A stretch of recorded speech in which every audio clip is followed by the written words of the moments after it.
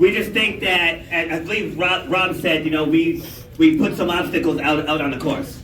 But in reality, it's a lot deeper than that. Like an obstacle course race is like the ultimate metaphor of life. Right? How many of you guys have done a beast or above? So how many of you got to that start line and barring an injury, come hella high water, you were gonna cross that finish line? Woo! Everybody, right? Everybody. But now when it comes to everyday life though, why don't we have that same energy? Like in life, we're not willing to take risks. All right? In life, we fear failure. In life, we feel disappointment.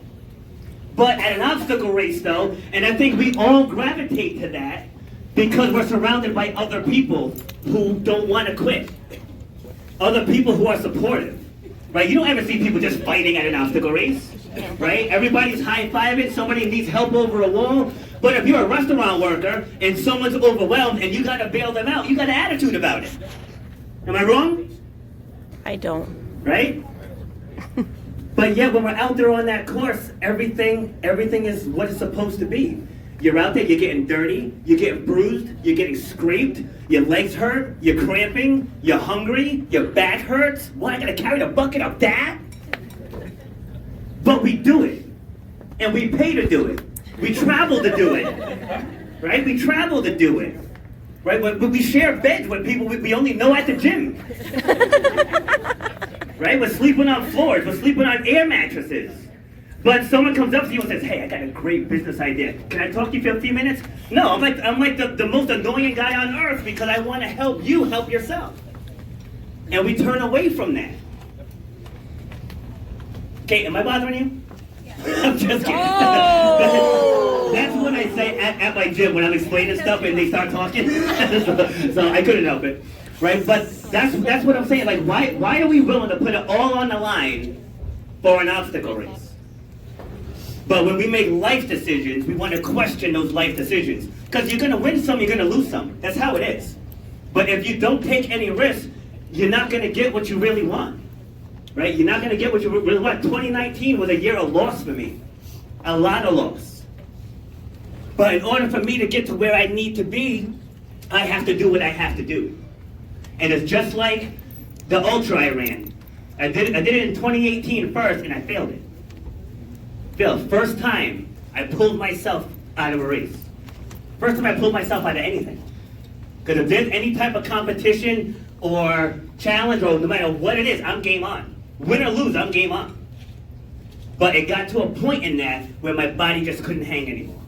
It wasn't mental. The body, because both of my knees were shot after that second sandbag catch, or first, whatever. So anyways, my knees were shot, and I took myself out of it.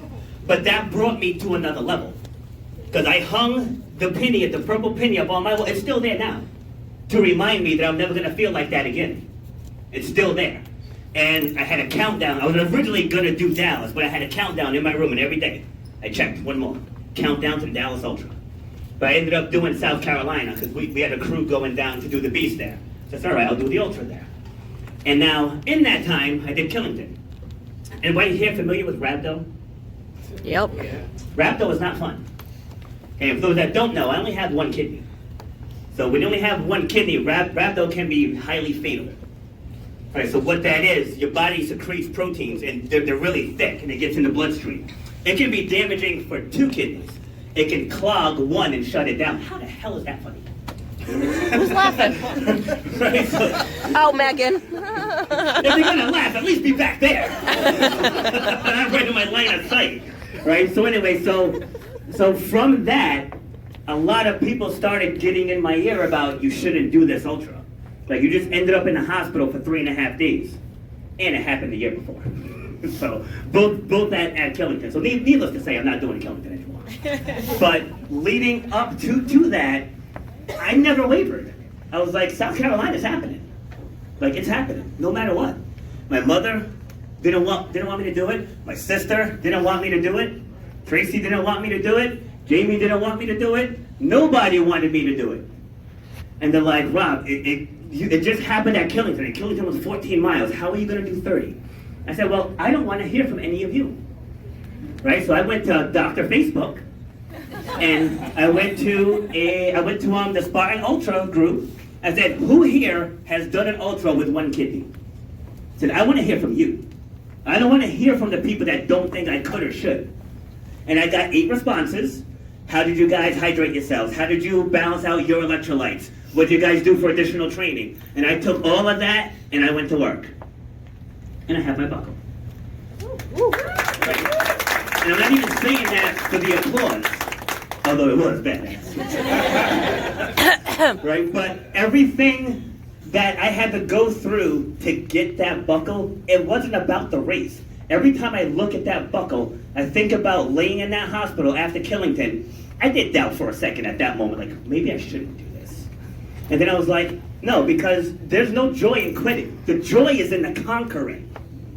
That's where the joy is. So now I can stand up here and share that story to anyone that's afraid of trying an ultra. Don't be afraid of it.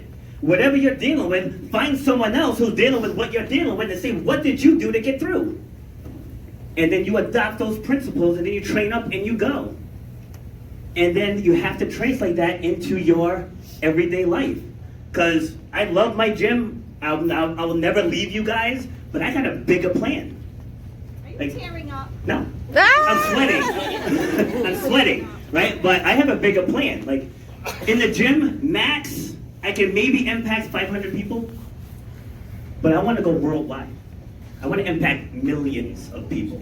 Because there are many people out there that are working below their potential. There's many people that are working in a negative mindset, limiting self-beliefs in a scarcity mindset. Like, there's a lot of people out there that need to hear what I have to offer. And I'm gonna do what I have to do to get there. To get RBF Fitness, I lost the house, I lost the car, I lost so much stuff, but now here we are. So to get to the next level, I had to reinvest again. Because if I keep doing what I'm currently doing, I'm not gonna get there. So I went all in. And my dad was dying, I had just lost a relationship, and then now I just tanked myself financially to get myself to the next level. And in the last 2 weeks, many doors have opened. And just 2 days ago, a school in Connecticut reached out to me about speaking to their assembly, 650 students. I'm gonna be training other speakers. I'm gonna be partnering with Mike at Nest, not you. Right? Like, there's a lot of stuff that's happening. But if I didn't make those decisions 8 months ago, those doors wouldn't have been open. I would have been stuck in that same hamster wheel. And I want to know how many of you guys are stuck in that same hamster wheel. And you embrace the obstacle races because it's an outlet. Am I wrong? No. Right? It's an outlet. In that, the second you get in that start corral for that moment, it's just nothing but hard work and positivity. But then once you clean off, and once you get dressed, and once you have that celebratory beer, real life takes over again. Melissa, can I have that?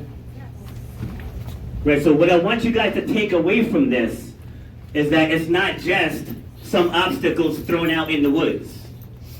Right, you guys have the power to inspire. Like the Find Your Bold mission. Even though they didn't leave the table. Oh, just kidding. I had to fight with them to leave the table, right? So just like that mission, what was the sentence? What was the sentence you said to me earlier? Yes, turning obstacles into opportunities. That's awesome. That's probably going to end up on the back of one of my T-shirts. Right? I love that Copyright. sentence. Turning obstacles into opportunities. And so I've kind of gotten away from this in the gym, but this is our oath. Right, and I'm gonna read it out now, and this applies to anything, to any industry, no matter what you do. These words apply, and it says, "I will believe in myself when no one else does. I will inspire and motivate others by my actions. I will dedicate my life to making other lives better. I am willing to sacrifice everything for the cause. I will commit 110% to everything I do. I will be loyal to everything that I love and value. I will train my mind, body, and spirit to protect the things that I value. I will discard all things that bring negativity into my life. I will follow my heart and walk my own path. I will create my own future. I will not be stopped by anyone or anything." And I'm going to leave you with those words. Thank you.